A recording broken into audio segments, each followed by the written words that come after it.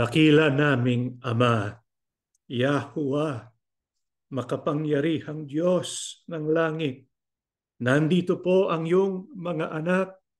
Kami po'y sumasamba sa iyo. Tinutupad namin ang aming kaukulan na sa ganitong mga pagkakataon, magtitipon kami para handugan ka ng pagpupuri, pasasalamat at banal na pagsamba. Salamat, Ama. Dumaan po ang isang linggo sa aming buhay. Ikaw ang nagtaguyod sa amin, nag-ingat sa amin, nagpagaling sa karamdaman, at nagkaloob ng pananampalataya. Salamat ng marami sa aming pagtawag. Kami po'y ginawa mong mga anak. Kinukupkup mo kami.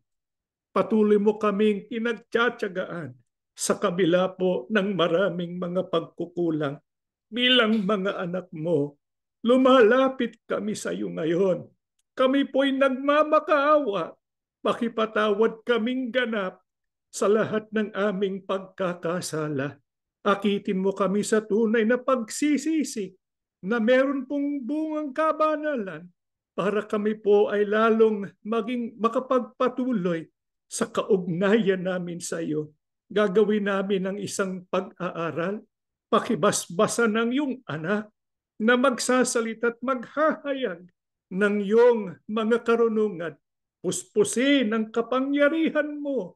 Pakisugo ang banal na espiritu. Makinabang kaming lahat. Panginoong Yahushua, ikaw po ng aming sinasamba. Kinikilala namin ang iyong sakripisyo, ang iyong pagtitiis. Nagawa mo ito dahil sa pag-ibig. Pag-ibig mo sa Ama at pag-ibig mo sa bawat isa sa amin. Nagpapasya ang iyong mga hinirang. Nakahanda rin kaming magsakripisyo, magtiis ng lahat ng bagay upang mamalagi po kaming kasama mo. Tulungan mo kaming isa-isa. Magpalakas ka po sa iyong mga hinirang. Ama, pakibasbasa ng iyong mga anak. Kami po ay nasa iba't ibang mga dako. Ang ilan nasa loob ng mga pagsubok. Ang ilan nahihirapan, o Ama. Ikaw nang bahala sa iyong mga anak. Pakibasbasa ng aming kabuhayan.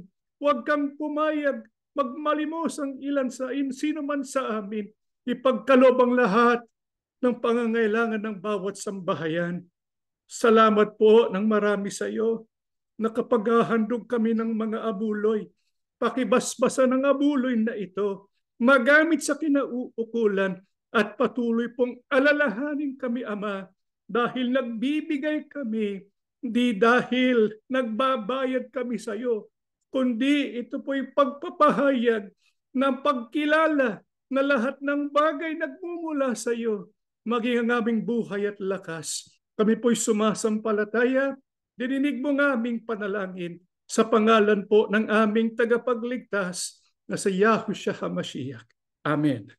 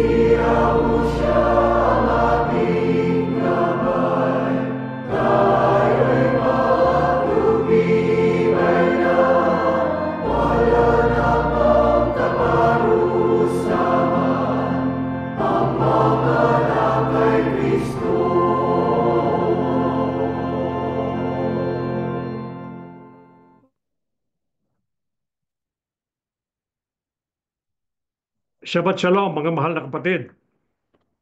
Sana po, nasaan man kayong dako sa iba't ibang panig ng mundo, kayo po ay nakahanda na pag-aralan ang ating pong leksyon na ito po ay tungkol sa isa pang tao ng Diyos sa matandang tipan. Sa mga nakarang pag-aaral po natin, napag-aralan po natin ang tungkol kila Gideon at kay Ruth. Ngayon po, ang pag-aaralan po natin ay tungkol kay Esther.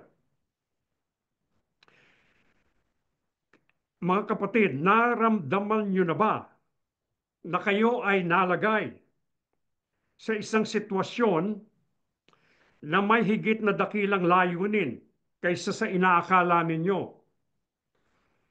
Nasa posisyon kayo na kailangan kayong gumawa, ngunit hindi nyo alam kung may dakilang layunin pa na nakahanda bukod doon sa inaakala ninyo. Sapagkat saan man po tayo naroroon, may layunin na itinalaga ang ating Yahuwah para sa atin. Ang kasaysayan po ni Esther ay magpapagunita sa atin na ang ating Panginoong Yahuwah ay gumagawa kahit hindi man natin nakikita o nararamdaman. Kahit po ang pangalan niya ay hindi nabanggit kahit isang beses sa aklat ni Esther, ang gawa ng kanyang makamay ay makikita po natin kung tutunghayan natin ang bawat talata ng aklat. Kaya ang unang tanong po natin na sasagutin ay sino po ba si Esther? Magsimula po tayong bumasa sa Esther 2:3-4 at 10. Pumili po kayo ng mga pinuno sa bawat probinsyang nasasakupan ng kaharian ninyo para maghanap ng magagandang dalagang birhen at dalhin dito sa lungsod ng Susa, sa tahanan ng mga kababaihan. Ipaasikaso ninyo sila kay Hegay na isa sa mga pinuno ninyong mataas ang katungkulan na nangangalaga sa tahanan ng mga kababaihan. Siya na po ang bahalang magbigay sa mga dalaga ng mga pangangailangan nila para sa pagpapaganda.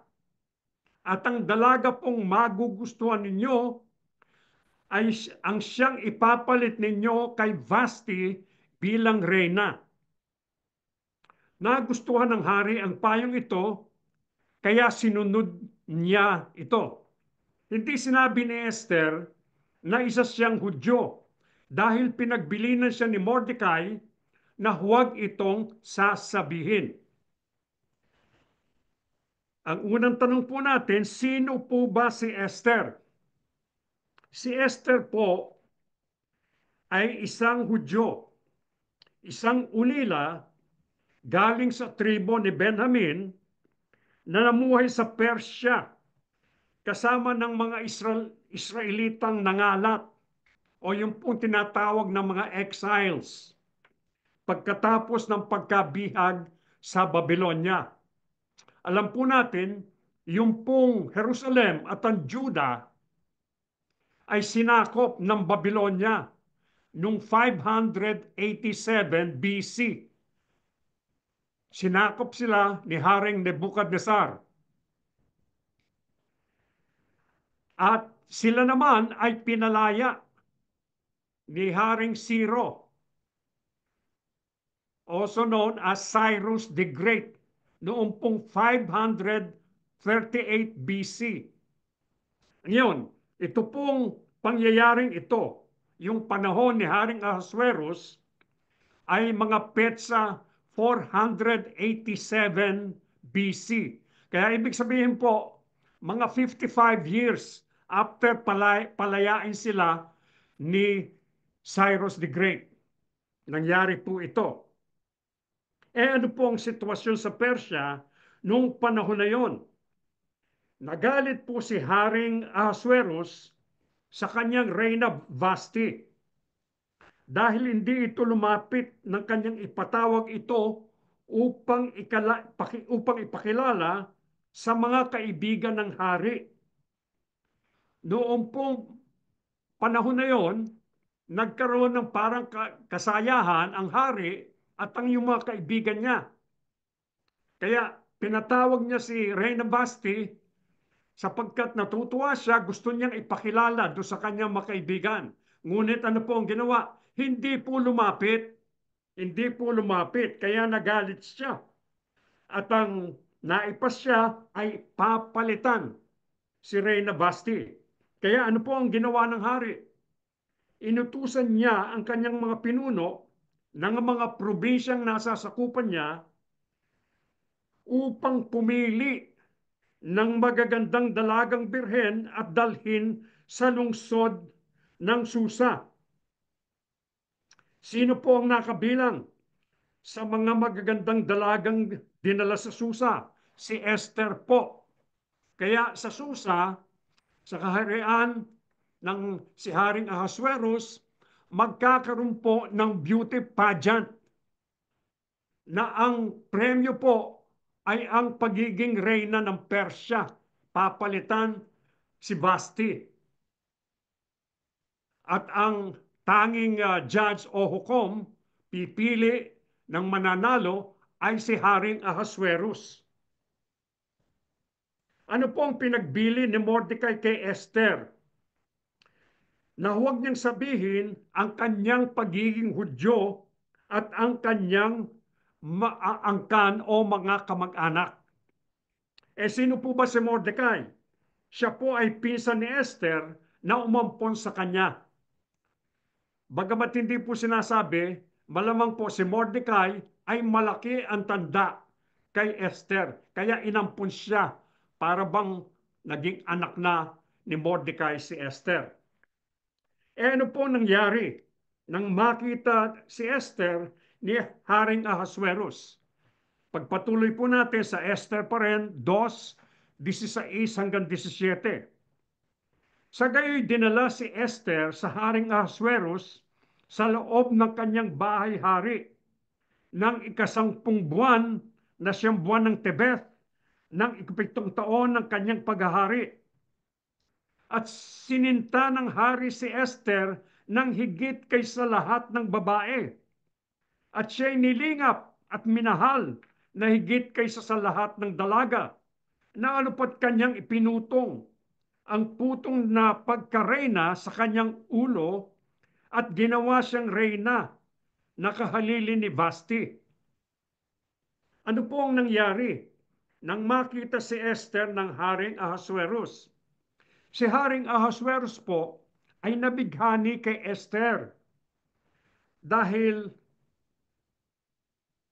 nang higit sa lahat sa mga babaeng naroroon. Bakit po siya nabighani? Ano po bang mayroon si Esther kaya siya namukod tangi doon sa mga babaeng nagsama-sama doon sa beauty pageant? Siya po ay bukod sa maganda, may maganda din siyang personalidad, mapagpakumbaba at nagustuhan siya ni Haring Ahasuerus higit sa lahat ng babaeng iniharap sa kanya. Kaya ano po ang ipinasya ni Haring Ahasuerus? Pinili niya si Esther upang maging reyna kahalili ni Vasti. Kaya si Esther po, hindi niya ninasa na maging reyna, ngunit ang ating Yahuwah Aba ang nag-ayos ng mga kaganapan upang siya ang maging reyna. Hindi alam ni Esther, ngunit si Yahuwah Aba po ay may layunin kung bakit siya inilagay sa ganoong posisyon ang maging reyna ng Persya. Kaya kung minsan po, inilalagay tayo ng Diyos sa mga sitwasyong hindi natin maintindihan. Ngunit siya pala ay may layunin na higit sa ating nakikita at naiintindihan. Sino po ang nagbalak na ipapatay ang lahat ng mga Hudyo pagkatapos na maging reyna si Esther? Tuloy po natin sa Esther 3:5 hanggang 6 at 13. Nang makita ni Haman na hindi yumuyukod sa kanya si Mordecai para magbigay galang, nagalit siya ng labis. At nang malaman pa niyang si Mordecai ay isang Hudyo, naisip niyang hindi lang si Mordecai ang ipapapatay niya, kundi pati na ang lahat ng Hudyo sa buong kaharian ni Haring Ahasuerus. Ang sulat na iyon ay ipinadala sa lahat ng probinsya ng kaharian sa pamamagitan ng mga mensahero. Nakasulat dito ang utos na sa loob lang ng isang araw ay papatayin ang lahat ng Hudyo. Bata, matanda, lalaki at babae, at sasamsamin ang lahat ng ari-arian nila. Gagawin ito sa 13 araw ng 12 buwan, ang buwan ng Adar. Sino po ang nagbalak na ipapatay ang lahat ng mga Hudyo pagkatapos na maging reyna si Esther? Ang nabasa po natin ay tungkol sa masamang balak ni Haman na lipulin ang lahat ng mga Hudyo o mga Israelita. Ano po ang nagudyok kay Haman? Upang pagnasaang patayin si Mordecai at ang lahat ng mga kalahi niya. Yung pong hindi niya pagyukod kay Haman upang magbigay galang. Sapagkat yung pong mga Hudyo, mga Israelita, alam natin, tinuruan ng ating Yahuwah na huwag yuyukod sa mga larawan, sa mga rebulto, maging sa tao.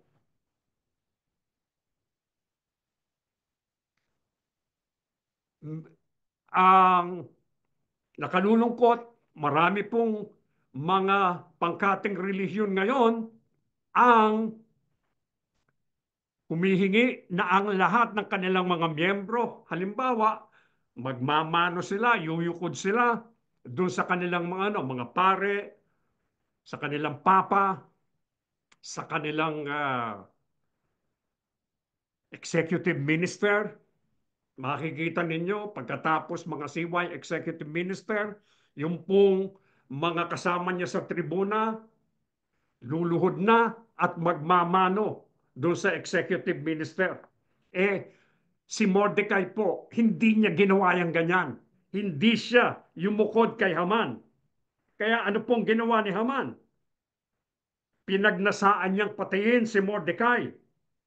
At nang malaman niyang Hudyo pala si Mordecai, ang sinabi niya, lahat ng Hudyo, papatayin ko. Kaya ano po ang ginawa ni Haman? Gumawa at nagpadala siya ng liham sa lahat ng probinsyang nasa sakupan ng hari na patayin ang lahat ng Hudyo, bata, matanda, lalaki at babae, at samsamin ang lahat ng kaharian nila, ng ari-arian nila. Kaya may banta po sa lahat ng Hudyo, Israelita, sa kaharian ni Haring Ahasuerus. Ang kautusan po ay nasa pangalan ng Haring Ahasuerus at sinelyuhan o tinatakan ng kanyang singsing. Ano pong ibig sabihin ng selyo o tatak ng hari? Ang kautusan po ay hindi mababago kahit na ng hari mismo. Pagka naipadala na selyuhan yung kautusan, hindi na mababago. Kaya siguro may mga narinig tayo ngayon, yung utos ng hari hindi mababali. Ganun po katibay yung utos na pinadala doon sa sulat na may selyo. Sino po ang nasa likod ng napakasama at makadyablong balak ni Haman? Si Satanas po. Bakit po? Ano ang nais ni Satanas? Malipol ang Israel at lahat ng mga Hudyo upang mapigilan ang pagdating ng Mesyas, ang ating Panginoong Yahusya.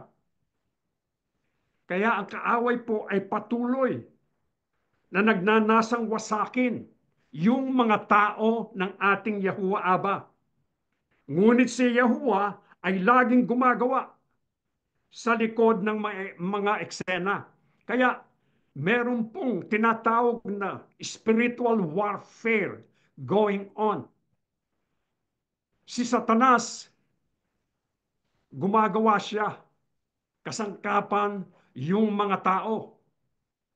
Kaya ang sabi nga sa banal na kasulatan, ang pakikipagbaka natin hindi lang sa mga salaman, kundi sa kapangyarihang dilim. Sa pamamagitan ni Satanas. Ngunit ang ating Yahuwah Aba ay gumagawa din upang ipagsanggalang, tulungan ang kanyang mga tao. Ano pong ginawa ni Mordecai nang malaman niya ang balak ni Haman? Ito po, tuloy natin sa Esther 4:8-9. Binigyan siya ni Mordecai ng isang kopya ng kautusan ng hari na pinagbigay alam sa mga taga-Susa para ipakita kay Esther. Sinabihan din niya si Hatak na sabihin lahat kay Esther ang lahat ng nangyari at pakiusapan ito na pumunta sa hari upang magmakaawa para sa mga kalahi niya. Bumalik si Hatak kay Esther at sinabi ang lahat ng sinabi ni Mordecai. Kaya ano po ang ginawa ni Mordecai? Binigyan niya ng isang kopya ng kautusan si Hatak upang ipakita kay Esther para malaman po ni Esther yung masamang balak ni Haman laban sa lahat ng mga Hudyo o Israelita sa kaharian. Ano pong tagubi? Sino po ba si Hatak? Si Hatak po ay isang yunoko ng hari na nag-aasikaso kay Esther. Ano po ang tagubilin ni Mordecai kay Esther? Na siya ay pumunta sa hari at magmakaawa sa hari upang iligtas ang kanyang mga kalahi o ang mga Israelita. Ano po ang naging sagot ni Esther sa instruction ni Mordecai na lumapit siya sa hari at magmakaawa? Ito po ang sagot. Esther 4:10-12. Pinabalik muli ni Esther si Hatak kay Mordecai at pinasabi ang ganito. Alam ng lahat sa buong kaharian na ang sino mang lalapit sa hari sa loob ng kanyang bulwagan, lalaki man o babae, na hindi pinapatawag ay papatayin. Maliban na lang kung ituturo ng hari ang kanyang gintong setro sa taong ito. At isang buwan na akong hindi ipinapatawag ng hari. Pagkatapos na masabi kay Mordecai ang ipinasasabi ni Esther. Ano po ang naging sagot ni Esther? Mapanganib po ang lumapit sa hari na hindi pinapatawag sapagkat maaari pong patayin sila. Kaya hindi ka basta-basta makakasulpot doon sa bulwagan ni Haring Ahasuerus, sisipot ka na lang doon, pag hindi ka nagustuhan, papatayin ka. Ano po ang exception? Maliban na lang, pag itinuro ng hari ang kanyang gintong setro sa taong ito sa pintuan ng bulwagan. Nangangamba at natatakot si Esther sapagkat may isang buwan na siyang hindi ipinatatawag ng hari. Kaya bagamat mahal siya ni Haring Ahasuerus, hindi pa rin siya nakasisigurado, nakatitiyak na tatanggapin siya. Ano po ang pinasabi ni Mordecai kay Esther? Dahil medyo nag-aatubili si Esther na lumapit. Esther pa rin, 4:13-14. Ganito naman ang pinasabi niya. Huwag mong aakalaing dahil nakatira ka sa palasyo, ay ikaw lamang ang makakaligtas sa lahat ng mga Hudyo. Kapag pinagwalang bahala mo ang pangyayaring ito, tiyak na may magliligtas din sa mga Hudyo, ngunit malilipol ka at ang iyong angkan. Anong malay mo? Baka nga napunta ka riyan para maging kasangkapan sa ganitong pagkakataon. Ano po ang pinasabi ni Mordecai kay Esther? Kapag siya nagwalang bahala, tiyak na may magliligtas din sa mga Hudyo. Ibig sabihin, ang ating Yahuwah Aba gagamit ng ibang kasangkapan. Ngunit, si Esther at ang kanyang bungangkan ay may panganib na mamatay. Kaya ano po sinabi ni Mordecai kay Esther? Na maaaring ginawa siyang reyna upang maging kasangkapan sa ganitong pagkakataon. Alam ba ninyo, ito pong statement na ito, siguro ang pinakamahalagang statement dito sa buong aklat ng Esther. Nalagay sa isang sitwasyon si Esther upang maging kasangkapan sa ganong pagkakataon na kailangang iligtas niya ang lahat ng Israelita. Ano mang pong sitwasyon ang ating hinaharap, tanungin natin ang ating mga sarili. Ano ba po ang lalong malaki o dakilang layunin ng Diyos sa sitwasyon na hinaharap ko ngayon? Pagkatapos ay gumawa tayo akay ng pananampalataya upang matupad natin ang layunin ng Diyos. Kaya ano po ang ipinasyang gawin ni Esther nang pagkatapos niyang marinig itong pinasabi ni Mordecai? Esther 4:15-17. Ito naman ang pinasabi ni Esther kay Mordecai. Humayo ka, tipunin mo ang lahat ng Hudyo na nandito sa Susa at mag-ayuno kayo para sa akin. Huwag kayong kumain o minom sa loob ng 3 araw. Ako at ang mga alipin kong babae ay mag-aayuno rin. At pagkatapos, pupunta ako sa hari kahit nalabag sa batas. At kung papatayin man ako, handa akong mamatay. Kaya umalis si Mordecai at ginawa niya ang ipinapagawa ni Esther. Ano po ang ipinasyang gawin ni Esther? Ipinasya ni Esther na puntahan ng hari kahit nalabag sa batas ito. Ngunit, ano po ang ginawa muna niya? Nag-ayuno muna sila at ipinayo din niya kay Mordecai na kasama yung lahat ng mga Hudyo sa kaharian na mag-ayuno din 3 araw, 3 gabi, huwag kakain o iinom. At ano po ang naging paninindigan ni Esther? Kung, kung papatay siya, handa siyang mamatay. Nakahanda niyang gawin ang lahat, mailigtas lamang niya ang kanyang kababayang mga Hudyo. Bagamat natatakot, pinili ni Esther na humakbang na may pananampalataya upang lapitan ang hari. Ang pananampalataya po ay hindi pagkawala ng takot. Maaring natatakot pa rin, ngunit yung sumasampalataya, yung po ay nagtitiwala sa ating Panginoong Yahuwah sa gitna ng pagkatakot.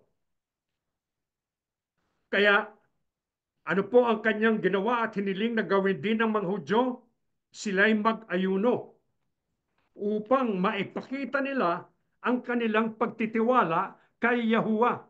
Kaya bagamat nabanggit natin do sa pasimula na hindi nabanggit ang pangalan ng Panginoong Yahuwah dito, gayon man nakita niyo nag-ayuno, ang ibig sabihin tumawag sila sa ating Yahuwah Aba, nag-ayuno sila. Ibig sabihin nun, talagang pinahirapan nila ang kanilang sarili upang ipakita nila ang kanilang pagpapakumbaba upang humingi ng tulong sa ating Yahuwah Aba. Kaya pagkatapos po noon, ano ang ginawa ni Esther ng buong katapangan? Esther 5:1-3. Nang ikatlong araw, isinuot ni Esther ang kasuotan niyang pangreyna at tumayo sa bulwagan ng palasyo na nakaharap sa trono ng hari. Nakaupo noon ang hari sa trono niya at nakaharap siya sa pintuan.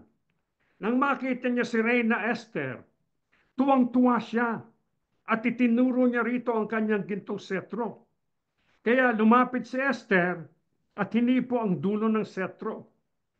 Nagtanong ang hari sa kanya, ano ang kailangan mo, mahal na Reyna?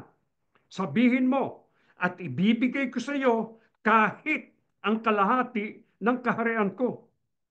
Ano pong ginawa ni Esther na buong katapangan? Isinuot po ni Esther ang kasuotan niyang pangreyna at tumayo siya sa bulwagan ng palasyo na nakaharap sa trono ng hari. Kaya nung makita po si Esther ng hari, ano pong ginawa niya? Yung kanyang setro ay itinuro niya kay Reyna Esther. Kaya lumapit si Esther at hinawakan ang dulo ng setro. At ano pong ginawa pa ni Haring Ahasuerus? Tuwang-tuwa po ito. At ano po ang tanong niya kay Reyna Esther? Anong kailangan mo, mahal na Reyna? Sabihin mo sa akin at ibibigay ko sa iyo kahit ang kalahati ng kaharian ko. Ito po ang kagandahang loob ni Yahuwah. Bagamat natakot si Esther na lumapit sa hari, gayunman nung lumapit siya, anong nangyari? Buong galaksyang tinanggap ni Haring Ahasuerus at sinabi, ibibigay ko sa iyo kahit kalahati ng kaharian ko. Kaya ito po ang kagandahang loob ng ating Yahuwah Aba. Kaya ang ating Yahuwah Aba ay laging gumagawa. Hindi man natin nakikita. Gumagawa siya ng lihim upang gabayan at tulungan ang kanyang mga anak. Ano pong sinabi ni Esther sa hari? Esther pa rin, 7:3-6. Mahal na hari, kung kalugod-lugod po ako sa inyo, iligtas po ninyo ako at ang mga kalahi kong Hudyo. Iyan ang kahilingan ko sa inyo. Dahil may gantimpalang ipinangako sa mga taong papatay sa amin. Kung ipinagbili po kami para maging alipin lang, magsasawalang tibo na lang ako. Dahil hindi iyon gaanong mahalaga para gambalain ko pa kayo. Sinabi ni Haring Ahasuerus, sino ang nangahas na gumawa ng bagay na iyon at nasaan siya ngayon? Sumagot si Esther, ang kumakalaban po sa amin at ang kaaway namin ay ang masamang si Haman. Takot na takot si Haman habang nasa harap ng hari at ng reyna. Kaya ano pong sinabi ni Esther sa hari? Ang sinabi niya sa hari ay ang planong lipulin ang mga Hudyo. Ito po sa pagkakataong ito, si Esther po, nagawa niyang kumbidahin si Haman sa isang bangkete o salo-salo kasama ng hari, silang tatlo. Kaya nandun siya. Ang pagkaalam ni Haman, maaring bigyan siya ng gantimpala ni Haring Ahasuerus. Hindi niya inaasahan na babanggitin pala ni Esther ang plano niya na lipulin ang mga Hudyo. Kaya ano po sinabi ni Esther sa hari? Sinabi niya ang planong lipulin ang mga Hudyo. Ano pong naging reaksyon ng hari? Ang hari ay lubos na nabigla at galit na itinanong, sino ang nagplanong lipulin ang mga Hudyo? Hindi lang mga Hudyo, kundi papatayin yung kanyang pinakamamahal na reyna. Biruin ninyo, yung pinakamamahal ninyo ay papatayin. Kaya ano po ang naging reaksyon niya? Sino ang nangahas na gumawa ng mga bagay na iyon at nasaan siya ngayon? Sumagot si Esther, ang kumakalaban po sa amin ay si Haman, ang masamang si Haman. Kaya si Haman po ay takot na takot, nanginginig sa harap ng hari at ng reyna sapagkat siya ang nagbalak na ipapatay ang lahat ng mga Hudyo. Kaya ano pong nangyari? Nang malaman ni Haring Ahasuerus ang tungkol kay Haman at ang kanyang balak na lipunin ang mga Hudyo. Ito po, Esther pa rin, 8:7-8. Sinabi ni Haring Ahasuerus kay Esther at kay Mordecai na Hudyo, ipinatuhog ko na si Haman dahil sa masama niyang plano na patayin ang mga Hudyo. Kaya binigay ko na sa iyo, Esther, ang mga ari-arian niya. Kaya gumawa kayo ng kautusan sa aking pangalan ng anumang nais ninyong isulat para sa ikabubuti ng mga Hudyo. At pagkatapos ay tatakan ninyo ng singsing ko. Dahil anumang kasulatan na isinulat sa pangalan ng hari at tinatakan ng singsing niya ay hindi mababago. Kaya ano po ang nangyari nang malaman ni Haring Ahasuerus ang tungkol kay Haman at ang kanyang balak na lipulin ang mga Hudyo? Si Haman po ay pinatay agad-agad sa pamamagitan ng pagtuhog sa kanya. Napakasakit ng kamatayan ni Haman. At lahat ng kanyang ari-arian ibinigay kay Esther. At ano pa po ang pinagawa ng hari sa kanila? Ang sabi, gumawa kayo ng kautusan sa aking pangalan ng anumang nais ninyong isulat para sa ikabubuti ng mga Hudyo at pagkatapos ay tatakan ninyo ng singsing ko. Yung pong unang kautusan na ginamit ang pangalan ni Haring Ahasuerus na ipinadala ni Haman, yung po hindi na mababago. Ngunit ang ito pong bagong pinagagawa sa kanila ay pinahihintulutan yung mga Hudyo na ipagsanggalang ang kanilang sarili.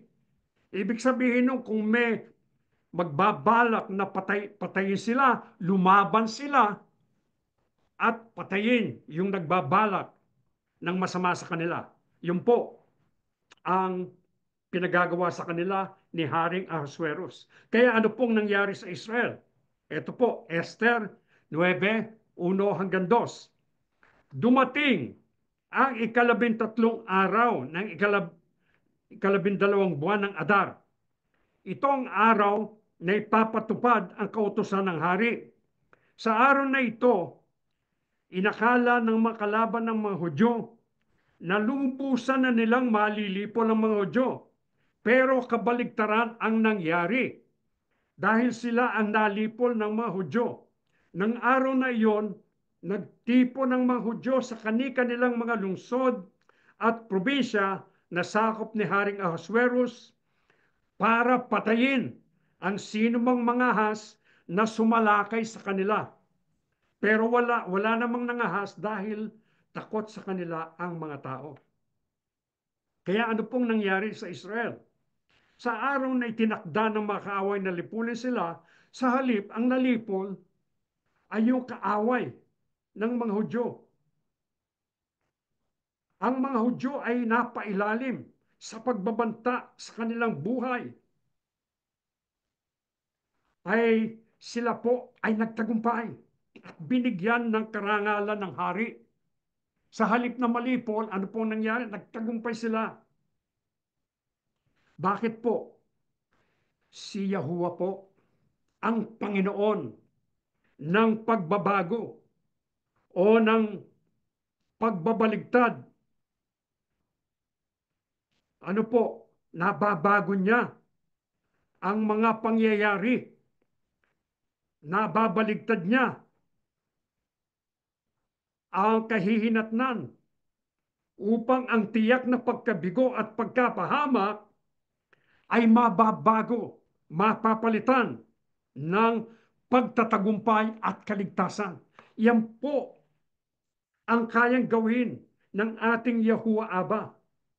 Yan ang ginawa niya para kay Esther, kay Mordecai at sa mga Hudyo sa kaharian ng Haring Ahasuerus. Yan din po ang kayang gawin ng ating Yahuwah Aba para sa atin.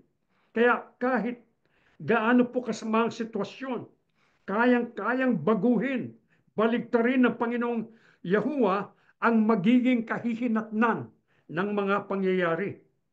Kaya sino po ang laging makaaasa sa paggabay ni Yahuwah? Ito po ang huling talata na ating babasahin, Salmo 37:23 hanggang 24.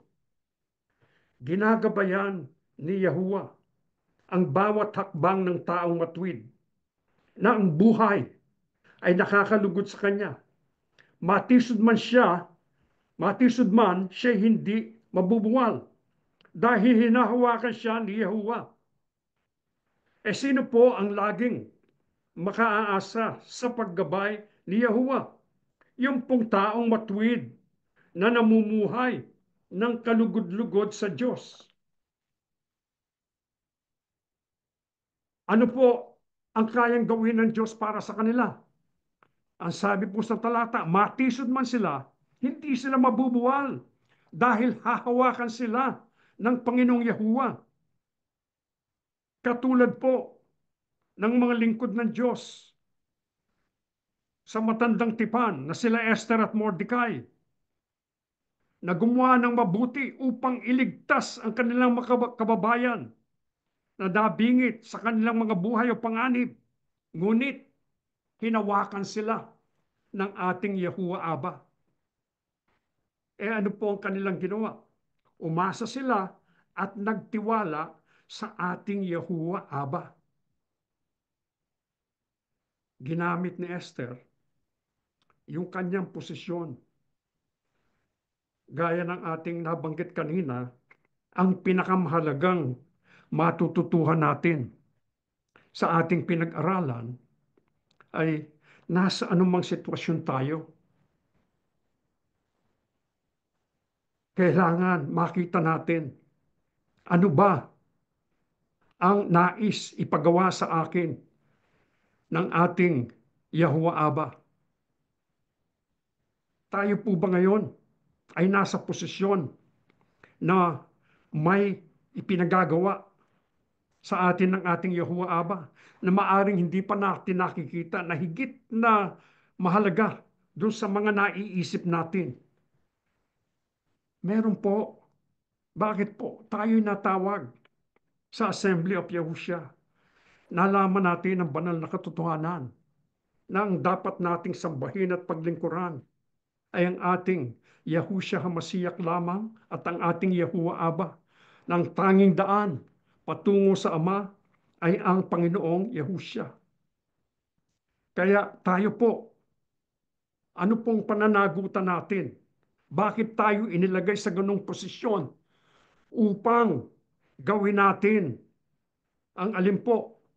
Ang ipamahagi natin ang ating pananampalataya doon sa mga mahal natin sa buhay. Marami pa tayong kamag-anak, mga kapatid, mga anak, mga apo, nakabilanggo pa sa iba't ibang relihiyon. Kaya kailangang ipamahagi natin ang banal na katotohanan na natututuhan natin sa Assembly of Yahushua. Kapatid, ganun na nga pong ginagawa ko. Pinadadala ko na yung mga pag-aaral natin. Ibinibigay ko sa kanila, ngunit hindi nila pinapansin. Baka kailangan po mag-ayuno din tayo, kagaya ng ginawa ni na Esther at Mordecai.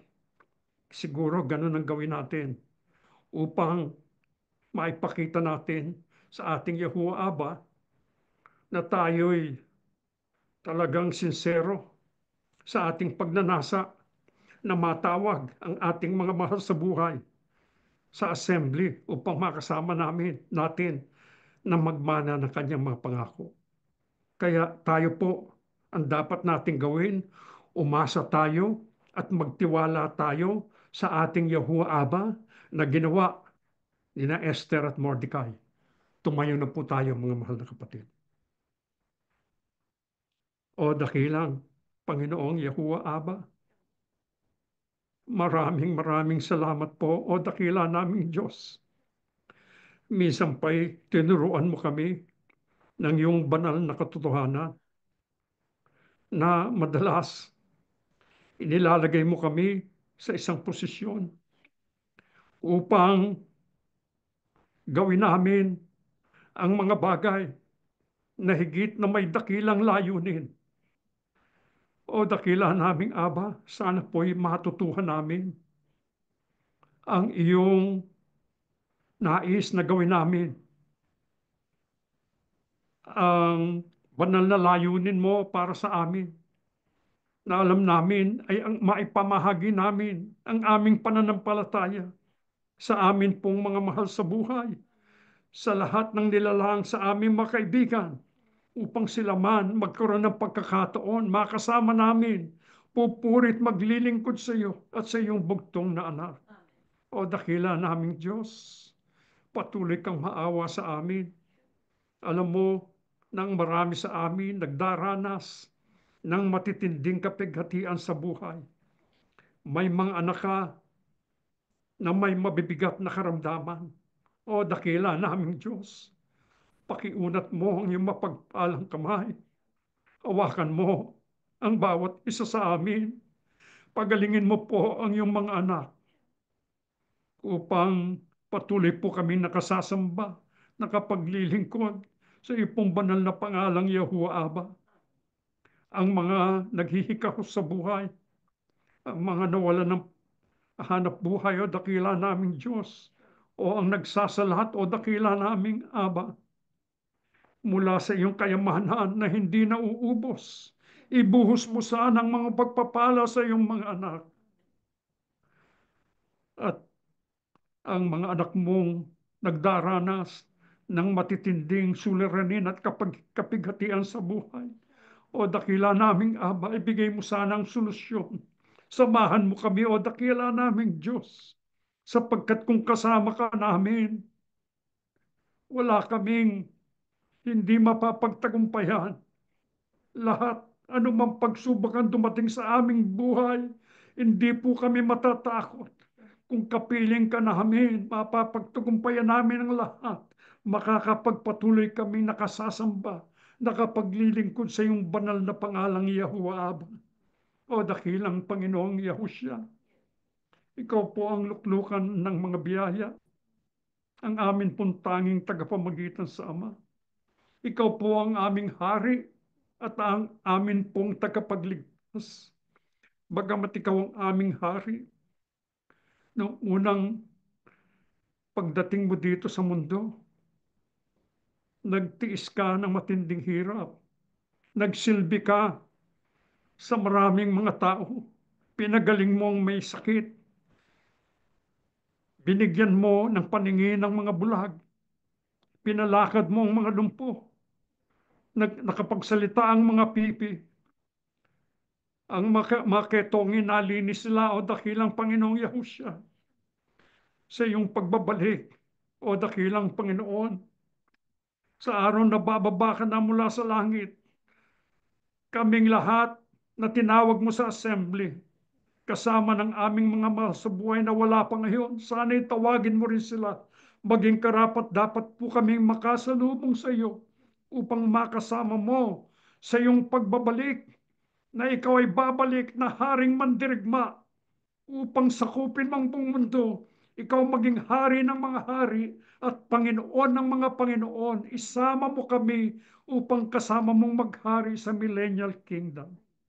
O dakila naming Diyos, sumasampalataya po kami Pinagpala mo na po ang bawat isa sa amin. Pinatawad kami sa marami naming pagkakasala at pagkukulang sa pangalan po ng aming Panginoong Yahushua HaMashiach, dakila po naming tagapagligtas. Amen.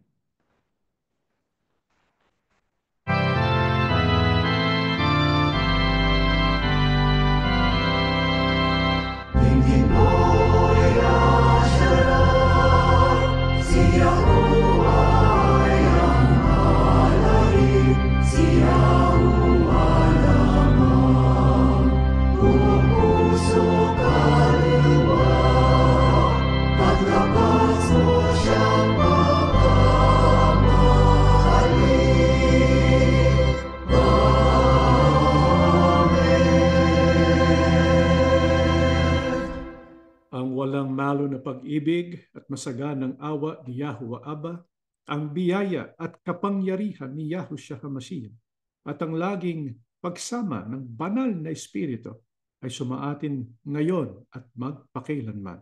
Amen. Mga kapatid, paalala po, mamaya ay itutuloy po natin ang ating children's ministry, mamaya 8:30 p.m. Pacific Standard Time or in about 30 minutes. Paghandaan po natin ang ating susunod na BLP live class. Ito po ay kasama sa ating in-person gathering doon po sa Fresno. Sa lahat ng interesado na makadalo po in person sa dakong ito, pakisabi po sa amin para mabigay namin yung exact address, yung address po ng venue kung saan po ito gaganapin. Again, March 1st, 2025. At para po sa ating assignment for the BLP, ang ating reading assignment, complete the reading of the book of Leviticus, book of Numbers, tsaka book of Deuteronomy. Kaya sa araw po ng bukas, ilalabas na yung video patungkol po sa aklat ng Deuteronomy. At bilang panghuli, ipaghandaan din po natin ang ating nalalapit na banal na hapunan, Lord's Supper, Passover. It will be in person in Fremont. We're going to hold it in a different venue. If you are interested, please do contact us so that we can register you. We need to keep an account of all those who will participate so that we can make sure we have enough utensils for those who will be attending in person in Fremont. This is April 12th, 2025. Please do let us know in advance so that we can prepare for all of you. Let us all, may Yahuwah Abba and Yahushua HaMashiach bless all of us.